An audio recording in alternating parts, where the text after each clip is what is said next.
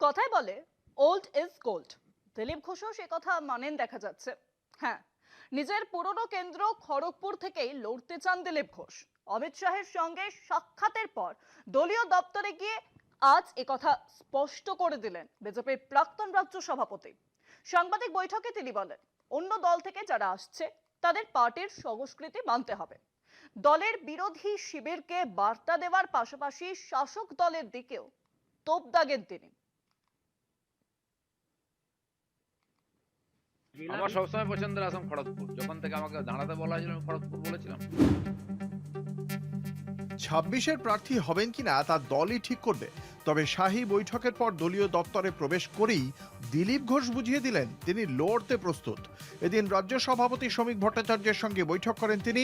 সেখানেই দলের পাশে থাকার বার্তা দেন। বলেন, অনেকের মতো চা খেয়ে মিটিং করতে রাজ্য দপ্তরে আসি না। কে কি বুঝলো তা নিয়েও ভাবি না, শুধু পার্টি বুঝলেই হলো। তবে নতুন যারা এসেছে তাদের পার্টির সংস্কৃতি মানতে হবে। নতুন লোক এলে কি হয়, তাকে এই পার্টির কালচার শিখতে হয়, সংস্কৃতি, কার্যপদ্ধতি। তো প্রত্যেক পার্টির কিছু আলাদা থাকে, তাদেরকে সম্পৃক্ত করে এগোতে হয়। দলে বিরোধীদের দিকে এই বার্তা দিলেও দিলীপ বলেন, শুভেন্দু অধিকারী ডাকলে যাব, দল যদি চায় প্রার্থী হতেও প্রস্তুত। শুভেন্দু অধিকারী যদি আপনাকে মিটিং এ কোনো ডাকে, জনসভায় আপনি যাবেন?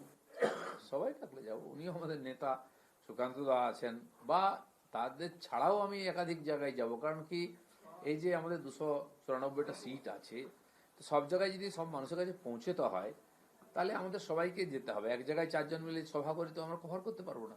এবারও যদি মনে হয় দল আমাকে লড়ালে দলের লাভ হবে, তো আমাকে যদি বলেন আমি নিশ্চয়ই লড়ব। দিলীপের কথায় রাজনীতিতে মারপ্যাঁচ আছে। মুখ্যমন্ত্রী ভয় পেয়েছেন তাই চিৎকার করছেন। যেমন যুদ্ধ হবে তেমন পা লাগবে। তবে এই হুঁশিয়ারির সঙ্গেই মমতার লড়াইয়ের কথাও তুলে ধরতে ছাড়েননি তিনি।